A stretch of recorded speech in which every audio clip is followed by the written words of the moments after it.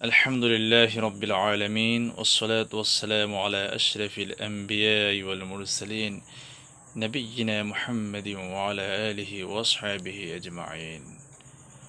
প্রিয় ভাই ও বোনেরা, আমরা এমন এক সময় বসবাস করছি যেখানে দুনিয়ার মোহ, ব্যস্ততা, সোশ্যাল মিডিয়ার আকর্ষণ সব কিছু মিলিয়ে মানুষ ধীরে ধীরে তার ঈমান হারিয়ে ফেলছে।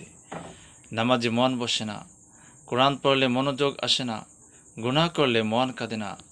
এগুলি হচ্ছে ঈমান দুর্বল হওয়ার লক্ষণ। কিন্তু আল্লাহর রহমত এতটাই বিশাল যে যার ঈমান যত বড়ই কমে যাক না কেন, সে যদি আল্লাহর দিকে ফিরে আসে, আল্লাহ তাআলা আবার তার অন্তরে আলো ফিরিয়ে দেন। তাই আজকের এই ভিডিওতে আমরা জানব ঈমান কমে গেলে কি করা উচিত, কিভাবে হৃদয়ের ঈমানকে আবার জাগিয়ে তোলা যায়। আল্লাহ রাব্বুল আলামিন কুরআনুল কারীমের সূরা আনফালের 2 নম্বর আয়াতে বলেছেন,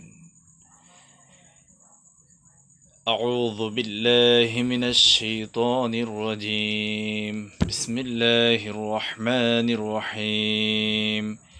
إنما المؤمنون الذين إذا ذكر الله وجلت قلوبهم وإذا تليت عليهم آياته زادتهم إيمانا।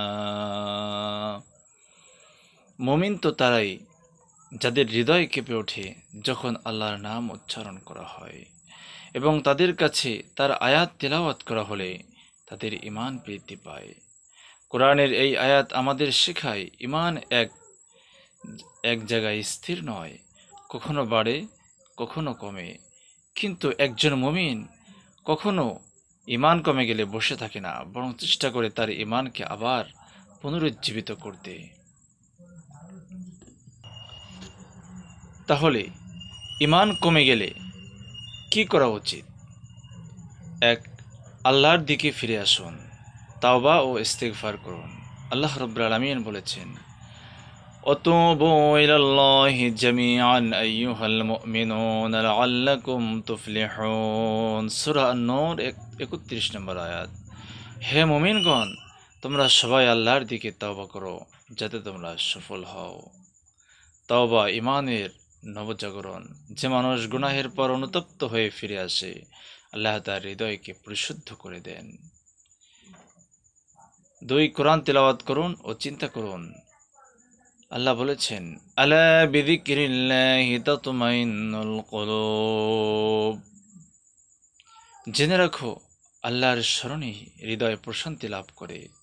ঈমান কমে গেলে কোরআনের আয়াত শুনুন, পড়ুন, বুঝুন। আল্লাহর কথা যত শুনবেন হৃদয় তত শান্ত হবে।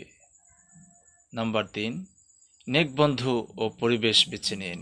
নবী সাল্লাল্লাহু আলাইহি ওয়াসাল্লাম বলেছেন, মানুষ তার বন্ধুর ধর্মের উপর থাকে, তাই দেখো কাকে তুমি বন্ধু বানাচ্ছ। মানুষ তার বন্ধুর ধর্মের উপরই থাকে, তাই দেখো কাকে তুমি বন্ধু বানাচ্ছ। ভালো সঙ্গ ঈমান বাড়ায়, খারাপ সঙ্গ ঈমান নষ্ট করে। নাম্বার 4, নামাজে দৃঢ় হন। আল্লাহ বলেছেন, ইন্নাস সালাতা তানহা আনিল ফাহশাই ওয়াল মুনকার। নিশ্চয় নামাজ অশ্লীলতা ও মন্দ কাজ থেকে বিরত রাখে। নামাজ ঈমানের পরিচয় ও রক্ষা কবচ। ঈমান দুর্বল হলে নামাজই আপনাকে আল্লাহর দিকে ফিরিয়ে নেবে। নাম্বার 5, মৃত্যুর ও আখিরাতের কথা বেশি স্মরণ করুন। নবী সাল্লাল্লাহু আলাইহি ওয়াসাল্লাম বলেছেন, তোমরা মৃত্যুকে বেশি বেশি স্মরণ করো, কারণ এটি গুনাহ ধ্বংস করে দেয়। মৃত্যু চিন্তা ঈমানকে সতেজ রাখে, দুনিয়ার মোহ ভেঙে দেয়।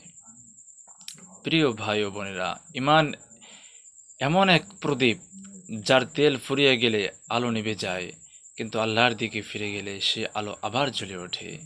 আসুন আমরা সবাই দোয়া করি, হে আল্লাহ, আমার ঈমানকে নবায়ন করুন, আমাকে আপনার পথে দৃঢ় রাখুন।